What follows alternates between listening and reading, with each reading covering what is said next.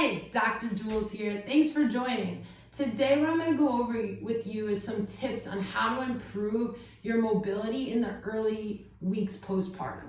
Now, I know a lot of women are waiting for their doctor to clear them to return to exercise, and I think that's awesome. But there are some things that you can do in those early few weeks that can improve your posture and help at least open up some structures that might have become tight during your pregnancy. And again, it's completely normal. So let's start with some of my favorite mobility exercises that my mamas tell me feel so good practicing, especially during nap times. Okay, so I want you to start by sitting up against a wall. You want to have enough room that your arms can go all the way up towards the ceiling and come down. So if you're too close to a door or other structures, just scoot over. Once you're in that comfortable position, I want you to think about keeping your back as flat as possible against this wall. Then you're going to bring your arms up and against them. Now, you might have a difficult time rotating it so your elbow and your hands are flush against the wall, and that is okay. The goal is to eventually get there, right? And open up the front of the chest. Now, what's happening is because we're so used to carrying baby and doing a lot of things in this forward flex position, our chest becomes very tight. And that's okay, but now we need to know what to do to combat that. So what we're gonna try to do is bring our arms up against the wall, slowly come up towards the ceiling, and then back down, bringing our elbows towards our body. You wanna go all the way up and all the way down, keeping your neck as relaxed as possible. Now, if your arm is unable to stay flush against the wall, guess what? Keep doing it. All right, mama, so I wanna keep working on our posture and positioning.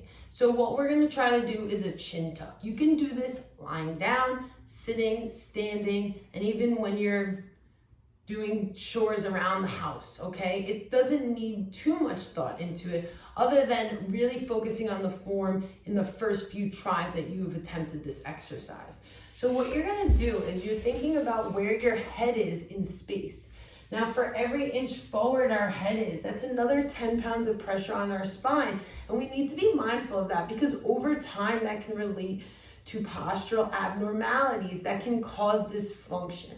So working on this now is only gonna help to prevent injuries in the future.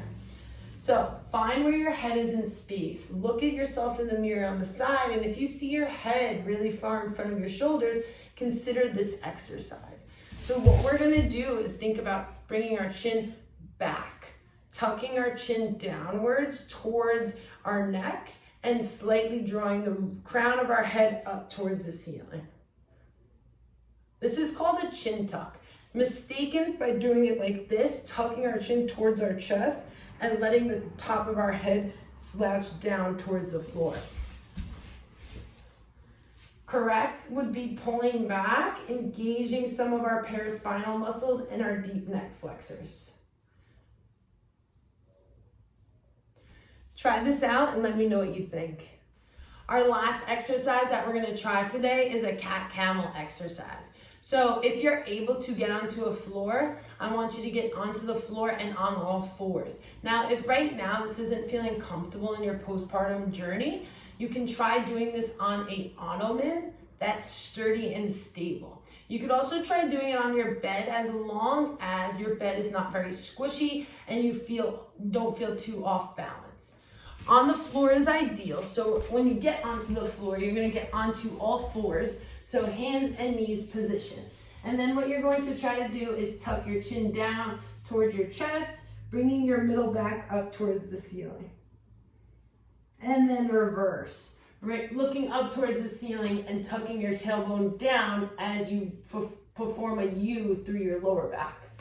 Now, if this feels uncomfortable in any of these positions, work through the position that feels more stiff. You do not want to feel pain with any of these exercises, and just know all of these are helping to restore spinal health and posture.